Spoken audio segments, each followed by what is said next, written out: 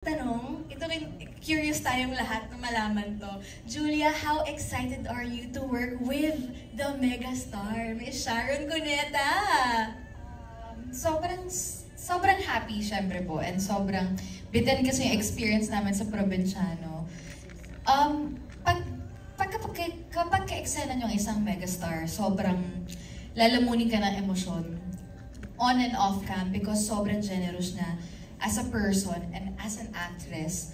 So parang napaka-bless ko po na mapasama lagi sa casting ng lahat generous. Dahil more than anything, sa sobrang hiyain ko, hindi po ako makatanggap ng papuri ng ako as a person. Kasi lagi ko po sinasabi, hindi ko magagawa ang isang bagay nang wala ang bawat isa. From directors, actors, the writers, and everybody hanggang sa off-cam, mga boys, kasi sila yung minsan, pag nabibigatan na ako sa mga eksena, sila yung kabiruan ko para lang huminga ng konti. So parang ang lagi ko lang po sinasabi ko, ano man yung nakikita ng tao sa akin, hindi ako yun lang. Maraming factor ang tao. So with Miss Megastar, hindi ako nahihirapan kasi pakita ko pa lang yung mata niya, talagang bubuhos na yung emosyon. And malalaman nyo sa story kapag napanood nyo kung bakit ko sinabing napaka-generous. Kasi umabot sa punto pong hindi ko na kailangan rin mag-motivate. Tignan ko lang siya, iiyak na ako. Kasi ganun siya ka-generous as a person. So napaka-swerte ko lang po talaga. All good words from Miss Julia Montes about Miss Sharon Cuneta. Excited na kami mapanood yung eksena niyo together. Nabitin kami dito sa pilot episode, pero aabangan po natin yan. Again, sa Prime Video po, Saving Grace. Thank you po sa inyong question, Mr. Alan Sancon. And now, let's proceed to Jeffrey Olila Garcia's question from Jeff Oligar TV. This is for Christian. Okay. Ako rin po yung magbabasa ng question. Oo, sorry. Alam ko, naghahanap ko dyan. Ako rin magbabasa. So, Christian, napaka-flexible mo. Kasi every role na ginagampanan mo, memorable at minamahal namin. Sa pagkakataong ito, paano mo pinaghandaan ang role na ito bilang si Chito na isang bad guy? Una po siguro, hinanap ko yung tao, yung puso kay Chito. Kasi hindi, ako po kasi naniniwala ko, hindi, ang isang tao, hindi siya pinanganak na may sungay na. Hinubog siya nung mga tao sa paligid niya, hinubog siya nung mga pagkakataon sa paligid niya. Ayun yung, though,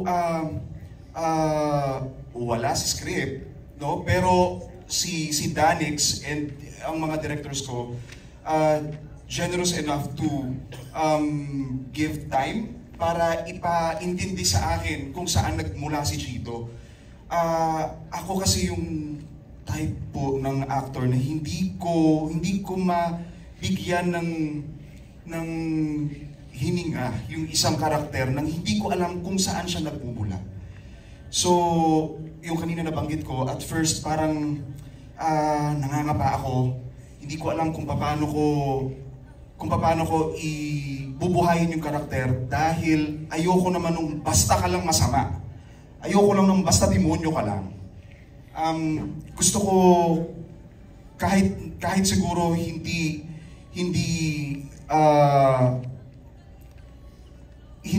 klaro kung ano yung pinagmula ni Chito, gusto kong makita yun sa mga mata ko siguro. Sa bawat eksenang ibinibigay ko. Yeah. And just like any other characters na ginagawa ko, prayers talaga na makabalik ako sa sarili ko. Oo, kasi when I portray a character, binibigay ko kasi talaga yung buong ako. Which is minsan nakakatakot, pero wala, mahal ko itong ginagawa ko eh. Ganun katindi yung preparation, nasamahan na ng prayers. Oo, lagi naman. Oo. Prayers talaga. Before and after kung gumawa ng isang eksena, laging prayers. Lalo na sa characters niya, sabi niya nga ni Jenica kanina, emotionally draining talaga and mentally, no? O, iba yung effect. Thank you so much, Christian. And now, for Sir Eric Fructuoso, the Guapings. Nakasama natin ngayon, yes.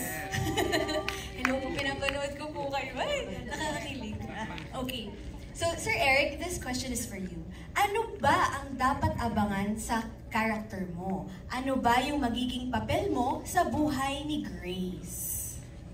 Ako, parang sagot ni Sabto, maraming spoiler alert. Pero yung character mo ni Oscar Jimenez, yung lalaka ko, siya yung police na mag-investigate sa lahat to. So hanggang doon lang muna pwede ko sabihin. Tsaka, kwapo si Oscar dito. So, Paano niyo pinaghandaan yun, Sir Eric? Bale, wala ng preparation. Hindi, syempre, naligo muna.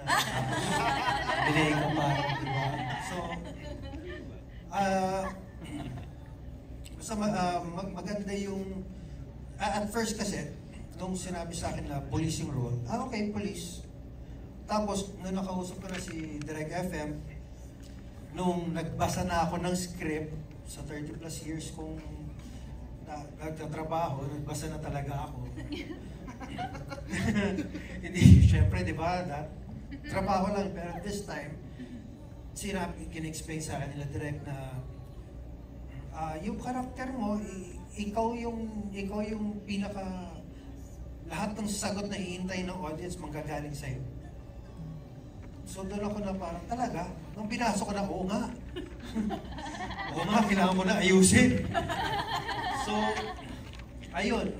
Pero this time, dahil alam ko magaling naman ako artista, pero hindi wala kami doon. Then this time, nag-surrender ako. Direct, guide niyo ako. Direct kung ano yung dapat kong gawin. Hindi ako magmamahal kung tinuturuan niyo ako. Kahit sa cast, lalo na kay Christian, pag nag-i-eksena kami, nag-uusap muna kami, pinag-uusapan namin, paano mo gusto? Paano natin gagawin to? Anong energy mo hanggang saan tayo?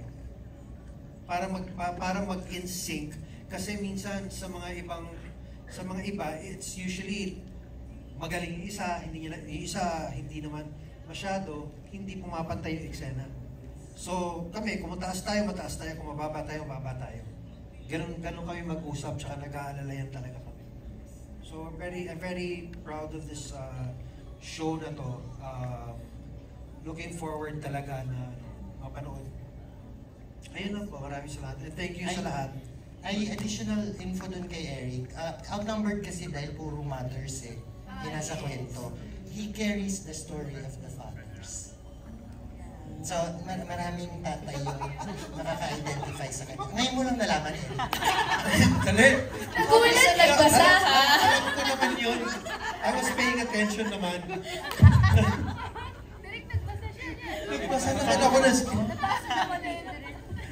Ang cute. Pero yun nga, no, hindi lang bale yung creatives or team behind it yung nag-extra mile. Kahit ang actors natin, kita natin ngayon, di ba? May mga iba silang ginagawa sa mga usual nilang ginagawa sa ibang projects. Dito may extra mile, may pag-uusap sa anong atake natin dito, di ba? Ang ganda magaling.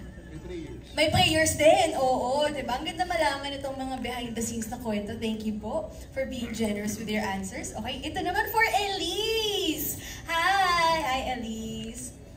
Hello! Hello! Hello to everybody sa ating press friends. Alam ko medyo mahaba ang afternoon and gabi natin, but thank you all for being here. Ito na ang iyong question. Parang beauty queen na. Here is your question, Elise. Marami ka na rin karakter na nagawa. Pero, ano ang pinagkaiba ng role mo sa Saving Grace sa ibang nagawa mo na? I think every role na natatanggap ko recently, mas nakaka-connect ako sa kanila. Mas natutuwa ako actually kasi mas nagiging mature yung, in a sense na hindi kailangan magpakita ng, skin. More skin doesn't mean more mature roles. So natutuwa lang ako kasi nabibigyan ako ng role na hindi kailangan ganun, pero makikita mo na nagmamature yung bawat bawat character na binibigay sa akin. Which, laking pasasalamat ko din syempre. Yun nga kay Sir Deo, Dreamscape, because ever since sila yung nagtitiwala. And, ayun, masasabi ko lang kay Jessica, mas dito ko nakakonect sa isang character. Dito ko naramdaman yung all kinds of emotions. And actually sa personal kong, sa sarili ko, mas meron akong na-discover sa sarili ko dahil ginawa ko tong character na to. Well, mukha talagang naging mind-blowing and life-changing ang Saving Grace para sa lahat ng ating cast members. So we're very, very happy to see that and we can't wait to meet your character, Elise, in the episodes to come. Alright, now we're down to our last 4 questions. Maraming salamat sa lahat po na nag-send ng inyong questions.